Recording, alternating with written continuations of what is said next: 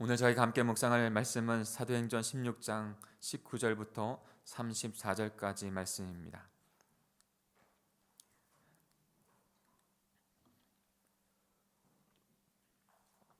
사도행전 16장 19절에서 34절.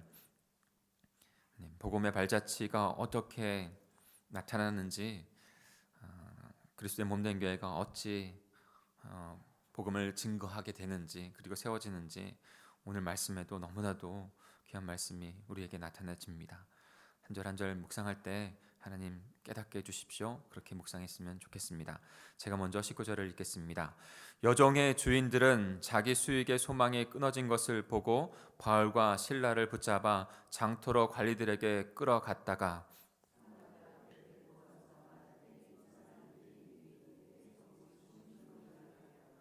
로마 사람인 우리가 받지도 못하고 행하지도 못할 풍속을 전한다 하거늘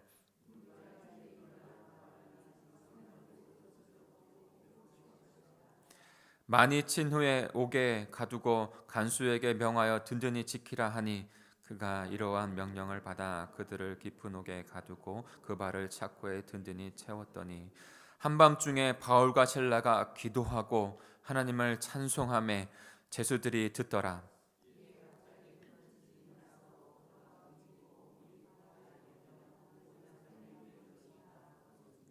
간수가 자다가 깨어 옥문들이 열린 것을 보고 제수들이 도망한 줄 생각하고 칼을 빼어 자결하라 하거늘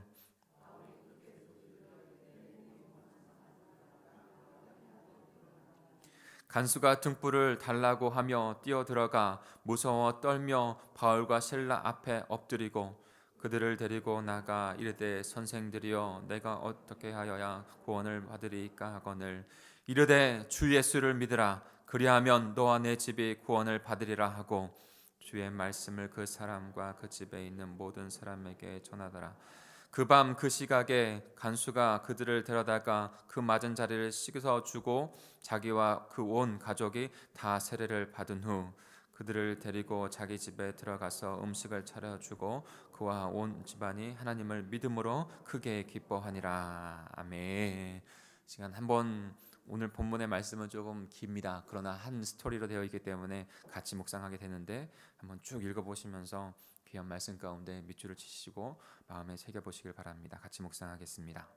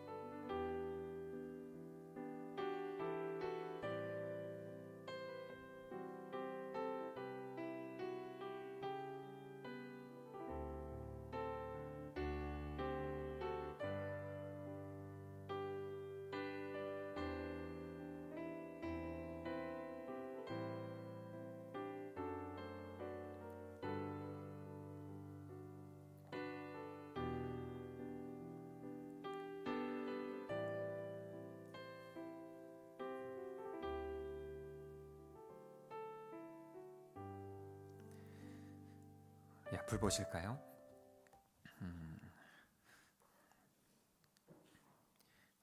말씀이 삶이 되는 기도 노트가 밖에 있습니다. 여러분 없으신 분들은 가져다가 말씀이 삶이 되는 노트를 같이 하시면 좋을 것 같아요.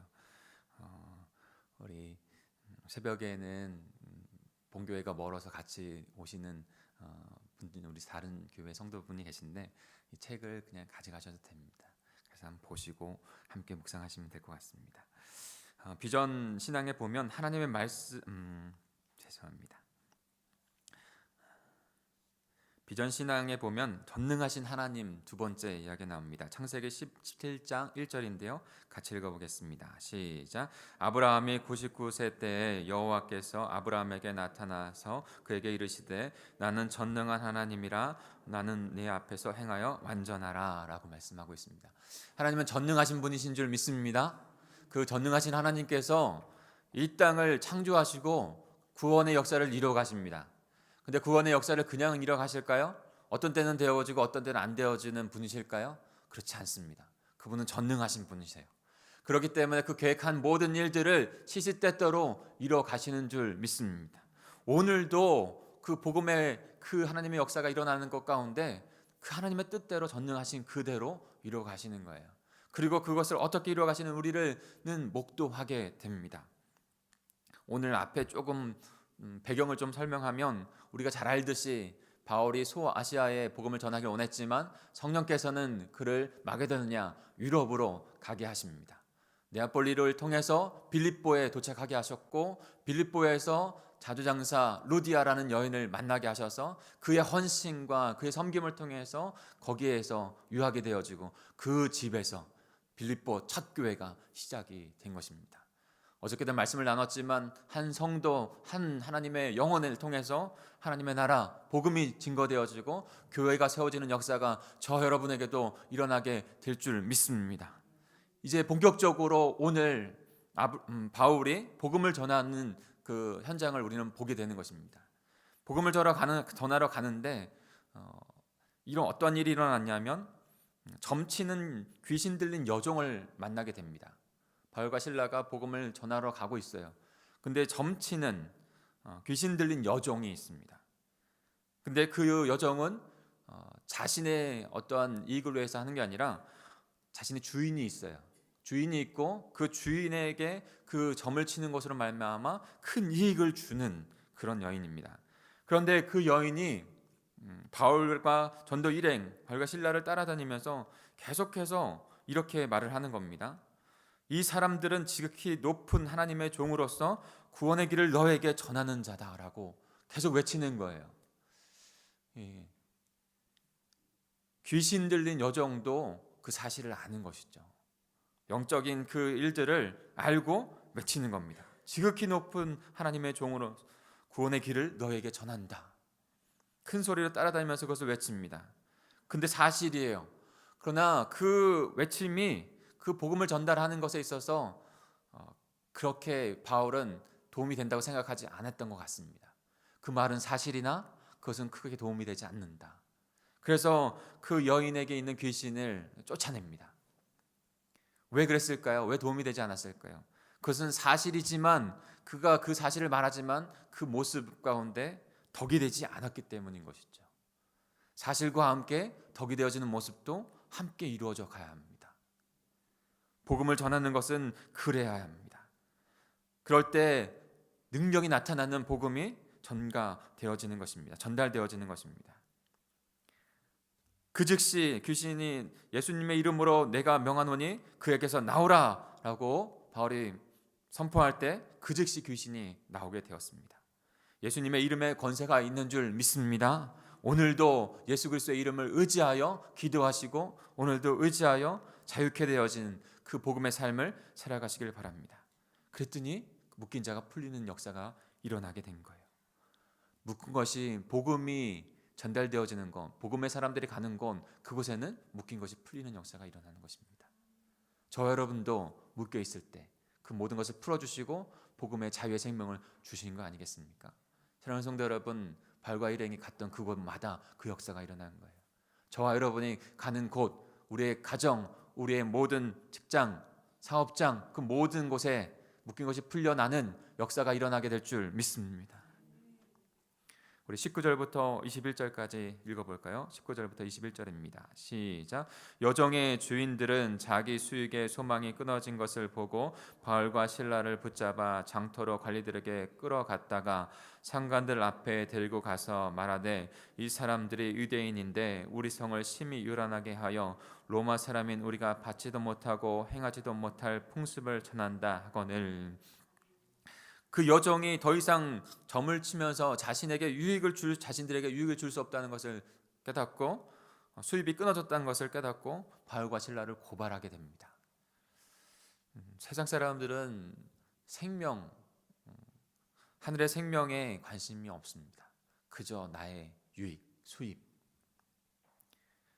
그것에만 관심이 있는 것이죠. 우리의 인생이 하늘 생명으로서 오직 하늘길을 가는 인생으로서 이 세상에 발붙여 살아가지만 세상을 거슬러 살아가는, 그래서 세상을 올바른 길로 인도하는 그런 하나님의 복된 백성이 되어야 할 줄 믿습니다. 근데 그때 복음의 삶을 살아갈 때 고난도 있다는 것이에요. 지난 주일에 예수 그리스도께서 세상으로부터 미움을 받았듯이 하나님의 백성으로서 예수 그리스도의 제자로 그 길을 걸어가는 자들에게는 세상으로부터 미움이 온다고 분명히 말씀을 드렸죠. 그 복음을 위하여 그 하나님 나라의 백성의 삶을 살아갈 때, 제자로 살아갈 때 미움과 고난은 당연히 오게 되는 것입니다. 오늘 바울과 실라도 그와 같은 거예요. 같이 우리 22절부터 24절까지 같이 읽겠습니다. 시작. 무리가 일제에 일어나 고발하니 상관들이 옷을 찢고 버리고 매로 치라 하여 많이 친 후에 옥에 가두고 간수에게 명하여 든든히 지키라 하니 그가 이러한 명령을 받아 그들을 깊은 옥에 가두고 그 발에 착고가 든든히 채웠더니. 사랑하는 성도 여러분, 이 간단한 세 절의 그 말씀 가운데 바울과 실라가 당하고 있는 실제적인 이 사건 가운데 단순히 문자가 아니라 더 깊이 묵상해 보셨으면 좋겠어요. 어떤 상황일지, 매를 맞고 옷을 찢기고 그냥 쉽게 지나가는 것이 아니라 복음의 삶을 살아갔을 때 깊은, 옥이라고 했는데 깊은 고난과 핍박이 그들에게 지금 있는 것이죠. 구원받은 복음을 가진 자들에게 그 복음을 전하지 아니할 수 없는, 전할 수밖에 없는 그 심정으로 살아갈 수밖에 없는 것입니다. 그때 고난도 미움도 온다는 것. 고난과 미움이 오십니까? 당연한, 어떻게 보면은 잘 가고 있구나라는 생각을 할 수 있게 되는 것이죠. 바른 방향으로 갔더니 고난이 온다. 내가 잘 가고 있구나. 내 실수로, 내 연약함으로 오는 고난이 아니라. 로마서 8장 17절입니다. 자녀이면 또한 상속자 곧 하나님의 상속자요 그리스도와 함께 한 상속자니 우리가 그와 함께 영광을 받기 위하여 고난도 함께 받아야 할 것이니라. 영광만 온다고 생각하지 마시고 고난도 함께 온다는 것을 기억하는 저와 여러분이 되기를 원합니다. 그래서 이상히 여기지 말고 미움과 고난이 올 때에도 내가 복음을 위하여 갔더니 주님께서 나를 통해서 귀한 복음의 역사를 이뤄가고 계시는구나 생각하며 그 표지라고 생각하며 주님 앞에 기도로 나아가는 저와 여러분이 되기를 간절히 소망합니다. 그러면요, 그 복음의 발자취 가운데 또 어떠한 일들이 일어나는가? 기도하고 찬송하는 일들이 일어나는 거예요. 예배자가 하나님 앞에 세워지는 일들이 일어나는 것입니다. 25절을 같이 읽겠습니다. 시작. 한밤중에 바울과 실라가 기도하고 하나님을 찬송하며 제수들이 듣더라. 바울과 실라가 감옥에서 고난과 핍박과 매질을 당해도 실망하고 좌절하지 않습니다. 그러고 나서 그들이 했던 것이 25절에 너무나도 분명하게 나타납니다. 역사만 바라보지 마시고 고난도 바라보시고 고난 가운데 했던 일도 바라보십시오. 그러면 하나님께서 그 역사를 이루어 가시는 거예요. 기도하고 하나님을 찬송하며, 그들이 했던 것은 딱 이겁니다. 기도하고 찬송하고 예배하는 것이에요. 사랑하는 성도 여러분, 오늘 이 말씀이 저와 여러분의 가슴 가운데 깊이 새겨지기를 간절히 소망합니다. 성도가 가는 길, 복음의 길을 가는 길, 고난이 올 때 우리가 해야 되는 건 그냥 아무 생각 없이 그냥 하나님께 드려야 될 건 기도하고 찬송하고 예배하는 것입니다. 애매한 고난이, 어떠한 고난이 오더라도 기도하고 찬양하는 것입니다. 저와 여러분의 삶 가운데서도 오늘 하루 가운데 기도와 찬양에 있는 귀한 삶이 되시길 소망합니다. 평생에 고난과 어려움이 찾아옵니까? 그러면 그냥 오늘 이 바울과 실라가 했던 거, 그것을 내 안에 삶이 되어진 것 가운데 내 안에 그것을 꺼내셔서 기도하고 찬양하십시오. 기도하고 찬양하는 가운데 하나님께서 평안을 주시고 우리에게 그 복음의 역사, 하나님의 살아계심의 현장을 드러내 보여주실 줄 믿습니다. 고난이 오십니까? 기도하고 찬양하십시오. 우리 26절을 읽겠습니다. 시작. 이에 갑자기 큰 지진이 나서 옥토가 움직이고 문이 곧 다 열리며 모든 사람의 매인 것이 다 벗어진지라. 바울과 실라가 기도하고 찬양하자 큰 지진이 일어나 옥문이 모두 열리게 되었습니다. 고난이 올 때 그리스도인들이 이 고난을 이기는 그 비결은 기도하고 찬양하고 하나님을 예배하는 것입니다. 그럼 하나님께서 하나님의 능력을 그곳에 부어주십니다. 그리고 우리의 삶이 정돈되어지고 올바로 맞춰지게 하십니다. 때로는 실수한 것도 하나님께서 깨닫게 하셔서 회개하고 주님 앞에 돌아오게 하십니다. 그리고 하나님의 살아계심이, 하나님의 복음의 능력이 있다는 것을 나를 통해서 세상 가운데 선포하게 하시는 것이죠. 바울과 실라가 고난을 받고 옥에 갇혔지만 기도하고 찬양했더니 옥문이 열리는, 발에 묶인 것이 풀려지는 역사가 일어나게 된 것이죠. 저와 여러분에게도 그와 같은 체험과 그와 같은 신앙의 고백이 하나님 앞에 드려지는, 이것이 복음을 가진 자들의 삶인 거예요. 복음을 전하다가, 복음의 삶을 살다가 애매하게 고난이 오더라도 좌절하고 실망하지 아니하고 기도하고 찬양했더니 하나님께서 나를 통해서 역사하셔서 하나님이 살아계셨다는 것을 증거하고 기뻐하고 또 감사하며 경배하는 삶. 그리고 또 하나가 있어요. 무엇입니까? 그것으로 말미암아 생명이 전달되게 하시는 거예요. 우리 27절을 읽겠습니다. 시작. 간수가 자다가 깨어 옥문들이 열린 것을 보고 제수들이 도망한 줄 생각하고 칼을 빼어 자결을 하거늘.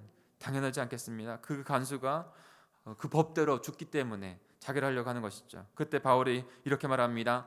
28절입니다. 바울이 크게 소리 질러 이르되 내 몸을 상하게 하지 말라 우리가 다 여기 있노라 하니 간수가 등불을 달라고 하며 뛰어들어가 무서워 떨며 바울과 실라 앞에 엎드리고, 지금 바울과 실라의 그 행함을 통해서 이 간수장이가 신기한 어떤 신정적인 체험을 하는 것이죠. 그리고 꼬꾸라지는 것입니다. 그 복음 앞에. 우리 30절부터 32절까지 읽겠습니다. 시작. 그들을 데리고 나가 이르되 선생들이여 내가 어떻게 하여야 구원을 받으리까 하거늘 이르되 주 예수를 믿으라. 그리하면 너와 내 집이 구원을 받으리라 하고 주의 말씀을 그 사람과 그 집에 있는 모든 사람에게 전하더라. 찬양과 기도로, 어려운 고난이 있을 때에도 찬양과 기도로 하나님께 올려드렸더니 하나님께서 놀라운 구원의 역사를, 그들 풀려지는 역사를 이루게 하시고 그 역사로 말미암아 또 다른 영혼이 구원되어지는 일을 지금 이루어 가시는 것이죠. 간수장이와 그 집, 너와 내 집, 간수장이가 그 모습을 보면서, 그 구원의 역사를 보면서 나는 내가 어떻게 구원을 받을 수 있겠습니까? 저와 여러분을 통해서, 삶을 통해서 들려지는 그 질문은 내가 어떻게, 우리의 가정이 어떻게 다시 살아날 수 있을까 하는 그 질문을 우리에게 드리는 복된 하나님의 백성 되기를 원합니다. 지금 이 시대 가운데 복음을 증거하는 우리 한국교회 가운데 더, 물론 복음의 입술, 제가 계속 강조하는 건 그 복음의 그 메시지를 전달하는 것이 너무나 중요하다고 말씀드렸죠.